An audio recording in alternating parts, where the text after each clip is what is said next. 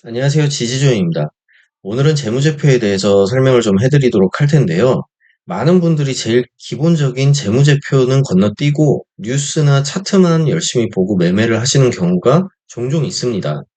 그래서 오늘은 매매를 할 때 최소한 봐야 되는 부분만 정리를 해드리고 재무제표가 아무래도 너무 광범위하고 내용이 많다 보니까 한 번에 끝낼 수는 없고 몇 차례 나눠가지고 좀 디테일하게 설명을 드리도록 할게요.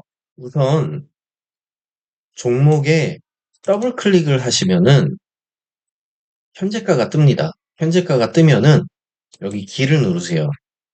그러면은 기본적인 정보가 나옵니다. 여기서 스냅샷으로 가셔가지고 제가 필요한 부분만 간략하게 설명을 드리도록 할게요. 자, 위에서부터 내려가 보도록 하겠습니다. 주주 현황 보시면은 최대 주주가 지분율이 30% 정도가 제일 적정합니다. 왜냐면은 지분율이 너무 높으면은 그만큼 유통되는 주식 물량수가 너무 적기 때문에 등락폭이 굉장히 심할 수가 있어요. 그것을 시장에서 품절주라고 하는데 돈 많은 사람들이 주식을 가지고 놀기에 굉장히 쉬울 수 있죠. 그러니까 조금 위험하다라고 판단이 되고요. 그렇다고 해서 지분율이 너무 낮다 보면은 회사에서 경영에 별로 관심이 없다라고 시장에서 또 판단을 할 수가 있습니다. 그러니까 30% 정도가 제일 적정하다라고 기억하시면 되고요. 그 다음에 봐야 될 게 이쪽입니다. 매출액, 영업이익, 당기순이익 순으로 봐야 하는데 회사가 잘 돌아가려면 당연히 매출액은 꾸준히 증가를 해야겠죠. 매년.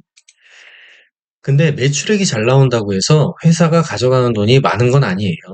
이 매출을 내기 위해서 판매 관리비를 제외한 게 영업이익인데 만약에 매출액은 증가하는데 영업이익은 줄어든다 하면은 저희는 이쪽 연결 재무제표 주석에서 왜 그런지를 확인을 해봐야 되는데요. 뭐 인건비가 늘어서 그럴 수도 있고 투자 비용이 늘어서 그럴 수도 있고 혹은 재료비가 늘어서 그럴 수도 있는데 만약에 재료비가 늘어서 영업이익이 줄어든다라고 하면은 회사에 좋은 영향을 미치진 않겠죠. 그 다음에 당기순이익을 봐야 하는데 당기순이익은 영업 외 수익, 영업 외 이익을 제외한 금액입니다. 최종적으로 회사가 가져가는 금액이기도 한데요. 영업이익이 더 높아야 합니다. 그 이유는 영업이익이 높아야 회사 경영을 잘하고 있다라는 얘기도 되죠. 당기순이익은 예를 들어서 굉장히 일시적인 이자 수익, 부동산 수익, 뭐 적금, 정기예금 이런 부분들로 뭐 플러스가 될 수도 있으니까 비슷하거나 영업이익이 더 높은 수준으로 가야 맞습니다.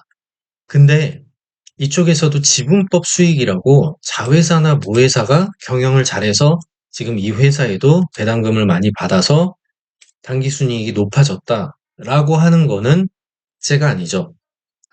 그렇지만 그 자회사나 모회사에 대한 회사 분석도 해봐야 되지만 정확한 이유가 무엇인지를 확인해 보려면 말씀드렸듯이 연결 재무제표 주석에서 확인을 하셔야 됩니다. 이것은 다음번에 한번 같이 보도록 하고요. 자, 그 다음에 봐야 되는 부분이 이쪽이죠. 자산 총계가 당연히 자본금보다 높아야 합니다. 안 그러면 자본 잠식에 들어가서 감자 맞고 뭐 상폐하는 경우까지 발생을 하게 되죠. 회사가 정상적으로 운영이 되고 있는지를 다시 한번 확인해 보시면 되고요. 그리고 부채 비율은 100 미만이 가장 좋습니다. 왜냐면은 부채 비율이 높다라는 거는 그만큼 빚을 많이 졌기 때문에 이자가 많이 나가죠. 지금 가뜩이나 금리 높아 죽겠는데 버는 돈을 다 이자로 낼 순 없으니까 부채 비율은 무조건 낮아야 좋습니다. 반대로 유보율은 높아야 좋고요. 회사가 가지고 있는 돈이니까요. 영업이익률 같은 경우도 꾸준히 증가하거나 유지를 해줘야 굉장히 좋은 기업인데요. 보통 10%에서 15%이 정도를 유지를 해주면은 굉장히 좋은 기업으로 평가를 합니다. 그 다음에 봐야 될 게 이쪽 투자 지표인데요. 이 지표에 대해서는 할 말이 굉장히 많아요. 할 말이 굉장히 많은데 오늘은 그냥 간략하게 보도록 할게요. 자, ROA 같은 경우는 총 자산 순이익률이라고 해서 경영성과 평가 지표로 많이 쓰이고요. 얘가 높을수록 한정된 자산을 이용해 효율적이고 높은 성과를 달성한 것이라고 보고 있어요. 그래서 얘도 높을수록 좋죠. ROA도. ROE 같은 경우는 자기 자본 순수익률이라고 해서 주주의 투자금인 자기 자본금으로 얼마만큼의 이익을 냈는지 워렌 버핏이 굉장히 즐겨보는 지표라고 해요. 연간 15% 이상의 ROE에 투자를 한다고 합니다. 자, 그리고 EPS, BPS, PER, PBR에 대해서 볼 건데요. EPS는 주당 순이익이에요. 주식 한 주가 1년간 벌어들인 순이익금이고요. 회사가 1년간 번 수익으로 주주와 만약에 나누게 된다면 한 주당 얼마를 나눌 건지라고 보시면 됩니다.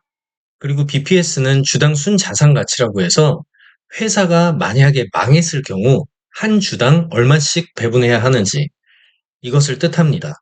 BPS가 높을수록 수익성과 재무 건전성이 굉장히 높다고 합니다. EPS나 BPS는 당연히 높을수록 좋겠죠. 자, 제일 많이 보는 지표 PER과 PBR인데요. PER 같은 경우는 기업이 벌어들이는 이익 대비 주가가 어떤 수준인지 알려주는 지표라고, 또 다르게 얘기를 하자면은 지금 벌어들이고 있는 단기 순이익으로 몇 년을 해야 똑같은 회사를 차릴 수 있는지, 낮으면 좋겠죠. 근데 시장에서 보통 이 기준을 10이라고 평가를 합니다. 10 이하면 저평가, 10 이상이면 고평가. 근데 절대적인 수치가 없는 게 공정업계를 잘 살펴봐야 해요. 예를 들어 전자업계다 하면은 다른 전자업계들의 PER이 어느 정도인지 확인을 해보고 그 평균 기준에서 낮으면 저평가고 높으면 고평가입니다. 바이오 같은 성장주는 기대 수익이 높기 때문에 대체적으로 PER도 높게 형성이 돼 있고요.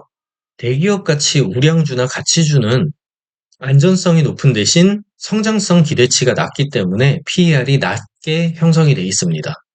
그러니까 아까 말씀드린 대로 동종 업계의 PER을 잘 확인해 주시고 비교를 하는 것이 맞습니다. 자, 마지막으로 PBR을 볼 건데요. PBR은 현재 주가가 자산 가치 대비 몇 배인지를 나타내주는 지표예요. 쉽게 말해서 회사가 지금 당장 청산을 한다고 했을 때 1이면은 회사 순자산 가치가 현재 가치와 동일하다라는 얘기고요. 따라서 1 이하면 회사 순자산이 더 많고요. 1 이상이면은 회사 가치가 순자산보다 높은 것이라고 해요. 그래서 당연히 PER은 낮은 게 좋죠. 정리를 해보자면은 ROA, ROE, EPS, BPS는 높은 게 좋죠. 그리고 PER, PBR은 낮은 게 좋습니다. 거기에 PBR은 1 이하인 종목이 좋고요. PER은 10을 기준으로 시장에서 기준치를 뒀습니다. 네, 다음번에는 제가 오늘은 스냅샷을 했고요. 재무제표, 재무비율, 투자지표 이런 부분들도 다 볼 거고요. 그리고 재무제표 보는 법도 한번 디테일하게 보도록 하겠습니다. 네, 오늘도 시청해 주셔서 감사하고요. 성투하시길 바라겠습니다.